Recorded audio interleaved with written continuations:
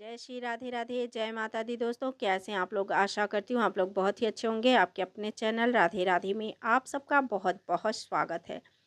क्या होता है खरमास और खरमास की अवधि में क्या करें और क्या ना करें? दोस्तों, आज हम आपको इसी के बारे में बताएंगे कि खरमास क्या होता है। एक वीडियो हमने आपको पहले भी खरमास का दे दिया, लेकिन एक ही वीडियो में सब नहीं आ रहा था दोस्तों। इसके लिए हमको दूसरा वीडियो भी बनाना पड़ा, क्योंकि वीडियो लंबा हो जाने से काफ़ी दिक्कतें होती हैं कि जो देखने वाले लोग होते हैं बोर हो जाते हैं। तो छोटे छोटे में ही हम आपको सारी बातें बता देना चाहेंगे। आप लोग सुनिएगा ज़रूर, क्योंकि जानना भी बहुत ज़रूरी है कि हमारे पुराणों में, हमारे वेदों में, हमारे आज तक जो बीत चुका है, कैसे खरमास होता था, कैसे मलमास होता था और कैसे पंचक लगता था, उस सब के बारे में हम आपको देते रहते हैं वीडियो। तो दोस्तों, हमने इसमें जैसे जिक्र किया पंचक, तो पंचक 5 दिन का होता है और खरमास मलमास ये सब महीनों का चलता रहता है। तो दोस्तों, आज हम आपको खरमास के बारे में बता रहे हैं। इसका नाम भी खरमास क्यों पड़ा, इसके बारे में बताएंगे। तो दोस्तों, साल में 2 बार खरमास का समय आता है। ज्योतिषी शास्त्र के अनुसार जब जब सूर्य बृहस्पति की राशि धनु और मीन में प्रवेश करते हैं, तब तब खरमास लगता है। जबकि इस बार भी 15 दिसंबर से खरमास आरंभ हो रहा है और कुछ पंचांगों की गणना से के अनुसार 16 दिसंबर, हमने आपको पहले भी बताया कि 16 दिसंबर से खरमास चालू हो जाएगा। तो कब से लग रहा हो, हमने आपको समय और तिथि भी बता दिया है। तो खरमास के दौरान विवाह आदि जैसे शुभ मांगलिक कार्य बंद हो जाते हैं दोस्तों। तो यानी हमने आपको ये बताया, तो इसमें हम आपको बता रहे हैं कि जैसे क्या क्या नहीं करना चाहिए। उसमें हमने कुछ बताया और कुछ हमने नहीं बताया, क्योंकि वो वीडियो बहुत लंबा हो रहा था। तो आप हमारे दोनों वीडियो को जो भी सुन रहे हैं भाई बहन, वो दोनों को समझेंगे, सुनेंगे तो उनके समझ में आएगा खरमास क्या होता है और कब से लगता है, इसका क्या महत्व होता है। दोस्तों, जैसे कि खरमास में विवाह आदि जैसे शुभ मंगलिक कार्य, मुंडन, यज्ञोपवीत, वर वरण, वधु प्रवेश और कुआं, तालाब, बावड़ी, उद्यान के आरंभ एवं व्रत आरंभ, जैसे कोई आप नया व्रत आरंभ करना चाहते हैं तो खरमास में नहीं किया जाता। जैसे किसी व्रत का आप उद्यापन कर रहे हैं, षोडश, तो उद्यापन भी नहीं करना चाहिए। षोडश महादान भी नहीं करना चाहिए। प्याऊ लगाना ये भी नहीं लगाना चाहिए। तो शिशु संस्कार भी नहीं करना चाहिए। देव प्रतिष्ठा भी नहीं करना चाहिए। दीक्षा ग्रहण भी नहीं करना चाहिए। प्रथम बार तीर्थ यात्रा अगर आप जा रहे हैं तो भी नहीं करना चाहिए। संन्यास ग्रहण, कर्ण वेद, विद्या आरंभ, राज्यभिषेक, जैसे राज्यभिषेक दोस्तों, इसे आजकल राज्यभिषेक कहा होता है, लेकिन हाँ, ये तो बहुत ऐसे होता है ना कि जैसे हमें कुछ ऐसा अभिषेक कराना है तो वो नहीं कराना चाहिए। रत्न भूषण आदि कर्म एवं रत्न भूषण खरीदना है तो वो भी नहीं खरीदना चाहिए। ऐसे कर्म एवं अन्य मंगलिक कार्य, जितने भी मंगल के कार्य होते हैं, जो मांगलिक होते हैं, जो शुभ होते हैं, वो सब हमें नहीं करने चाहिए। ये सारे कार्य रोक दिए जाते हैं। खरमास में केवल मांगलिक कार्य नहीं किए जाते, बल्कि लेकिन खरमास में किसी भी वस्तु के क्रय विक्रय की मनाही की जाती है। परंतु अधिकांश यही होता है कि जनमानस मकर संक्रांति के बाद सूर्य उत्तरायण होते ही जमीन, मकान, वाहन की खरीदारी आदि शुभ आवश्यक कार्य करने लगते हैं। तो दोस्तों, खरमास की मान्यता एवं भ्रांतियाँ, खरमास को लेकर कई तरह की भ्रांतियाँ अनेक अनेक अपने अपने देश में, अपने अपने राज्य में जिस प्रकार जिसके यहाँ जो होता है वो करवाते हैं, मानते हैं और मनावाते भी हैं। तो खरमास का संधि विच्छेद, अगर हम कोई भी कार्य करेंगे तो संधि करते हैं, तो वो संधि विच्छेदन करने पर ज्ञात होता है। खर यानी गधा होता है दोस्तों, आपको पता है कि गधा होता है। तो खरमास बहुत ही, खरमास महत्व बहुत रखता है अपने आप में। जैसे हर महीना अपने अपने जगह पे अपना अपना महत्व रखते हैं। कोई किसी से कम नहीं, कोई किसी से ज़्यादा नहीं होता।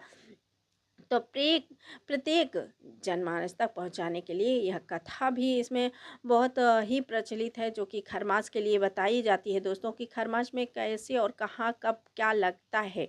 खरमास बहुत ही महत्वपूर्ण होता है। हमें खरमास पे बहुत सारी ऐसी चीज़ें हैं जो हमें दान करना चाहिए। दान पुण्य से लेके जुड़ी हुई ऐसी बहुत सी है बातें जो हमें खरमास में ध्यान रखना जाता है। तो खरमास क्या होता है दोस्तों, कि खरमास के लिए कथा भी प्रचलित है, तो आपको बताएं बताएं तो सूर्य के राशि परिवर्तन से जो ऋतुएं बदलती हैं, खर मास के दौरान हेमंत ऋतु रहती है। सूर्य के धनु राशि में आते ही दिन छोटे और रातें बड़ी होने लगती हैं। साथ ही मौसम में भी बदलाव होने लगता है। गुरु की राशि में सूर्य के आने से मौसम में अचानक अनचाहे बदलाव भी होते हैं। इसलिए कई बार खरमास के दौरान बादल, धुएं, बारिश और बर्फबारी भी होती है। खरमास में श्री राम कथा करना क्या चाहिए वो आपको बता रहे हैं दोस्तों। तो खरमास में हमें श्री राम कथा, भागवत कथा, शिव पुराण का पाठ करें। रोज अपने समय के हिसाब से ग्रंथ पाठ जरूर करना चाहिए। कोशिश करें कि इस महीने में कम से कम एक ग्रंथ का पाठ तो पूरा हो ही जाए। ऐसे में धर्म लाभ के साथ ही सुखी जीवन जीने के से जो सूत्र भी मिलते हैं ना, ग्रंथों में बताया गया है कि सूत्रों के जीवन में उतारेंगे तो सभी दिक्कतें दूर हो जाती हैं। क्योंकि सूत्र जो लिखे हुए हैं ग्रंथों में, वो अगर हमने अपने जीवन में उतारा तो उससे हमें बहुत सहायता मिलती है दोस्तों, बहुत ही लाभ मिलता है। ये मैंने खुद अनुभव किया है कि हाँ, उसमें से अगर हम एक भी बात अपने जीवन में लाते हैं तो उससे हमें कितना लाभ होता है, उससे हमें कितना फ़ायदा होता है, वो हम खुद देख लिए हैं, इसलिए हम आपको बता रहे हैं। तो खर मास में दान का महत्व भी दोस्तों बहुत ज़्यादा होता है, क्योंकि खर मास में ठंडी भी बहुत ज़्यादा होती है। यही वो ठंडी है जो बहुत ही ज़्यादा इसमें गलन होती है दोस्तों। तो इस समय दान करना बहुत ज़रूरी होता है। खर मास में दान करने से तीर्थ स्नान करने जितना पुण्य फल मिलता है। तो इस महीने में निष्काम भाव से ईश्वर के नज़दीक आने के लिए जो व्रत किए जाते हैं उनका आश्रय ये फल मिलता है, अक्षय फल मिलता है दोस्तों, अक्षय फल मिलता है। और व्रत करने वाले के सभी दोष जो होते हैं, दोष जो हमारे पाप ग्रह दोष होते हैं, उत्पन्न होते हैं, वो सब समाप्त हो जाते हैं। तो इस दौरान ज़रूरतमंद लोगों को, जैसे साधु जनों को और दुखियों की सेवा करने का महत्व है। खर मास में दान के साथ ही श्रद्धा और मंत्र का जाप भी बहुत ही महत्व रखता है। घर के आसपास किसी भी मंदिर में पूजन सामग्री, जैसे आप पूजा करने जाएं डेली तो ठीक है, नहीं जा सकते तो आप पूजन सामग्री भेंट कर सकते हैं। जैसे पूजन सामग्री में दोस्तों कुमकुम, घी, तेल, अबीर, गुलाल, हार, फूल, दीपक, धूपबत्ती आदि इस तरह की सामग्रियाँ आप मंदिर या आपके आसपास जो भी है स्थान पूजा का, वहाँ आप दे सकते हैं या ब्राह्मण के घर पहुँचा सकते हैं जो पूजा पाठ करवाते हों। खर मास में क्यों नहीं करते हैं शुभ मुहूर्त क्यों नहीं रहते हैं, उसके बारे में हम आपको बताएं तो सूर्य एकमात्र प्रत्यक्ष देवता हैं दोस्तों। सूर्य, आप किसी को देखें ना देखें, लेकिन सूर्य आपके प्रत्यक्ष रहते हैं। आप हर दिन सूर्य देव का दर्शन कर सकते हैं, देव हैं, देख सकते हैं आप उन्हें। तो पंच देवों में से एक हैं। किसी भी शुभ काम की शुरुआत में गणेश जी, शिव जी और विष्णु जी, देवी दुर्गा और सूर्य देव की पूजा की जाती है। जब सूर्य अपने गुरु की सेवा में रहते हैं तो इस ग्रह की शक्ति कम हो जाती है, कि वो अपने गुरु की सेवा में व्यस्त रहते हैं, तो इसलिए उनकी शक्ति कम हो जाती है, वहाँ वो अपना तेज नहीं दिखाते हैं। साथ ही सूर्य की वजह से गुरु ग्रह का बल भी कम होता है दोस्तों। तो इसलिए कि गुरु के घर अगर शिष्य कोई अच्छा शिष्य आ जाता है तो गुरु एकदम खुशी से, वो क्या बोलते हैं उसका बोल नहीं सकते, हाँ, खुशी से गदगद हो जाते हैं। तो इस दोनों ग्रहों की कमजोरी की स्थिति यही होती है। वजह है कि मांगलिक कार्य न करने की सलाह दी जाती है। विवाह के समय सूर्य और गुरु अच्छी स्थिति में होते हैं तो विवाह सफल होने की संभावनाएं ज़्यादा होती हैं। तो इसलिए हमें इस खरमास में विवाह आदि शुभ कार्य नहीं किए जाते। तो सूर्य पूजा दोस्तों, खरमास में सूर्य की पूजा बहुत ही ज़रूरी होती है, हमें सूर्य की पूजा ज़रूर करना चाहिए। खरमास में सूर्य ग्रह की पूजा रोज़ करनी चाहिए। सुबह जल्दी उठें और स्नान के बाद तांबे के लोटे में सूर्य को जल चढ़ाएं। ये हमने अगले भी वीडियो में बताया, फिर आपको बता रहे हैं कि अगर आप भूलें तो भूल कर भी ना भूलें, क्योंकि इसमें जल चढ़ाने का, सूर्य को जल चढ़ाना बहुत ही शुभ माना जाता है दोस्तों। अगर आप सूर्य को जल चढ़ाते हैं तो इससे आपको बल मिलता है। सूर्य आरोग्यता भी देते हैं। सूर्य आँख में तेज देते हैं दोस्तों, आँख की रोशनी कम नहीं होने देते और आपके शरीर में कोई भी रोग नहीं आने पाता है। ये आप देख सकते हैं कि सूर्य को जल चढ़ाने से बहुत सारे फायदे हैं। तो आप सूर्य को भगवान आपको आत्मबल और मनोबल दोनों बढ़ता है। तो आप लोग ध्यान से ज़रूर सूर्य को जल ज़रूर से ज़रूर चढ़ाएं। जल में थोड़ा सा कुमकुम फूल और चावल भी डाल लेना चाहिए। सूर्य मंत्र ओम सूर्याय नमः मंत्र का जाप भी करना चाहिए। मंत्र का जाप हमने और भी ज़्यादा मंत्र दिया है, अगर आप करना चाहें तो।